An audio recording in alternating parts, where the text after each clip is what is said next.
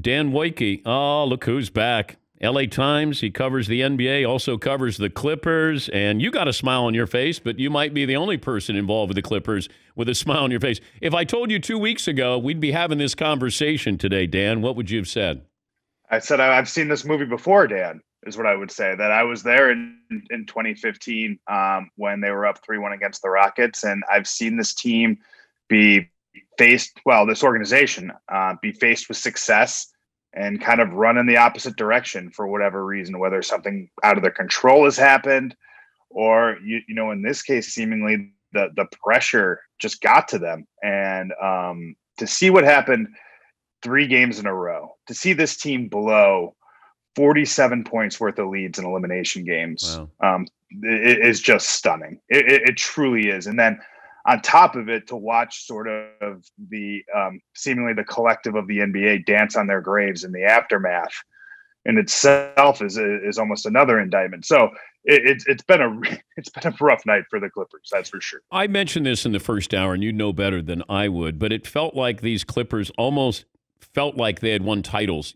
Kawhi had won a title and Doc had won a title. It felt like the other guys acted like they had won a title before, that we somehow are on the easy pass at Disney World to get to the conference finals. And then all of a sudden, I thought that they were in trouble against Dallas. I thought Dallas had the potential to upset them in the first round.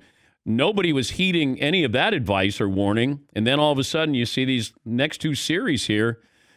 We love to point the finger here. Where do you point the finger first here on blame?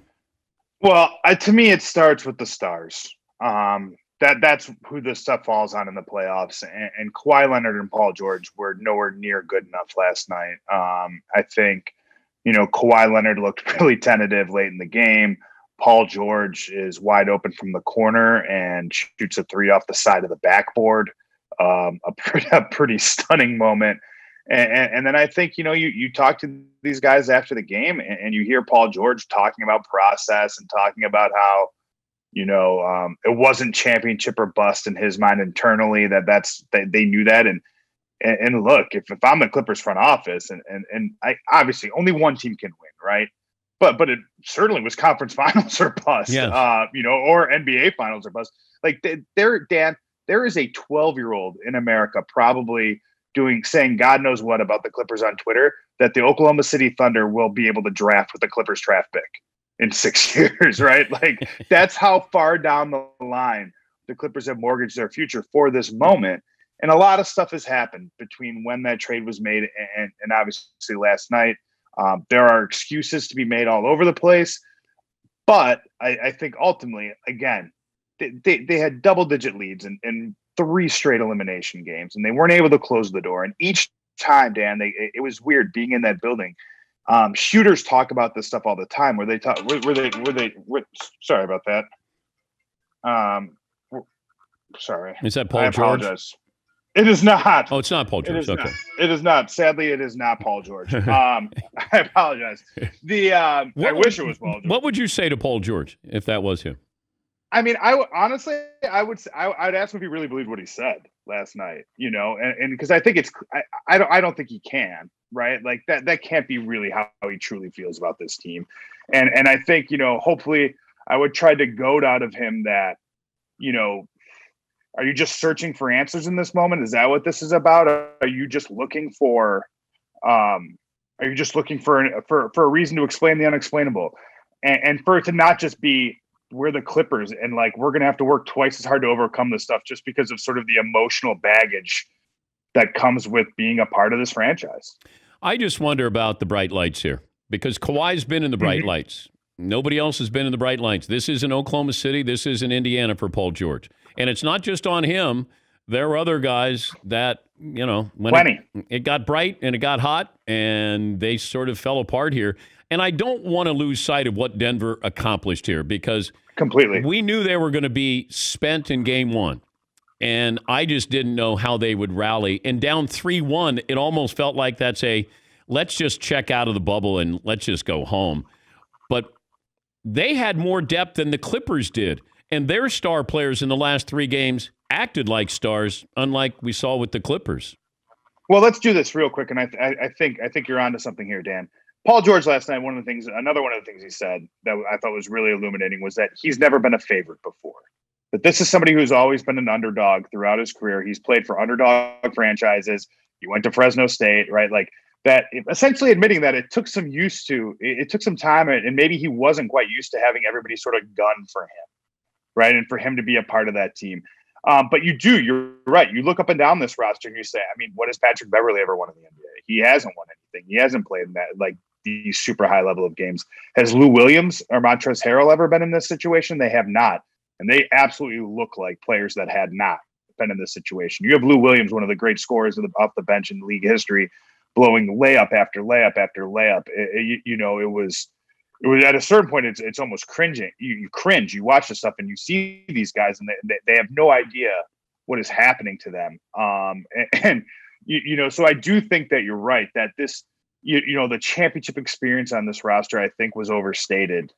Certainly, it's easy to say that through the hindsight of 2020, and I feel like they've got a lot of really big decisions to make this summer, this offseason. Force I have it. Is Doc safe? It's a good question. It's hard. It would be hard to say so definitively, I think.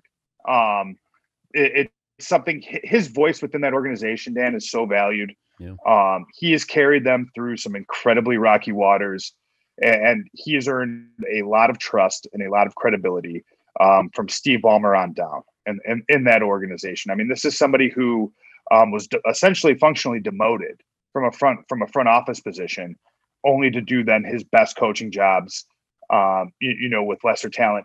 This year, though, obviously, I mean, he said it after the game, like if it should be on somebody, it should be on me. I think he partly believes that. I think he also is partly just trying to protect his players. He's Dan Woike. He covers the NBA and the Clippers for the LA Times. If you're the Lakers, how do you think LeBron is reacting to this? I mean, I don't think we have to wonder. I mean, they were part of the dunk parade on Twitter last night too. Not necessarily LeBron, but Jared Dudley is tweeting crying face emojis and stuff like this. And I mean, again, I think it speaks to sort of your point that maybe the Clippers acted like a team that had more on the trophy case than's actually there. He shouldn't be too excited though, because Denver. I mean, what more evidence do we need that Denver is a dangerous team than what we've seen in their last 6 elimination games, than what we've seen from Michael Malone, that what we've seen from Nikola Jokic, like this beautiful glacier moving player, who's just slow and devastating. And it's like throwing water polo passes. This guy is like incredible. You have Jamal Murray, who is playing as confidently as anybody in the NBA. And and you mentioned some really good functional depth. Yeah. And to me, like, they shouldn't feel like the to borrow one of your Disney, like the fast pass to the finals is there. It's not. Denver will put up a fight.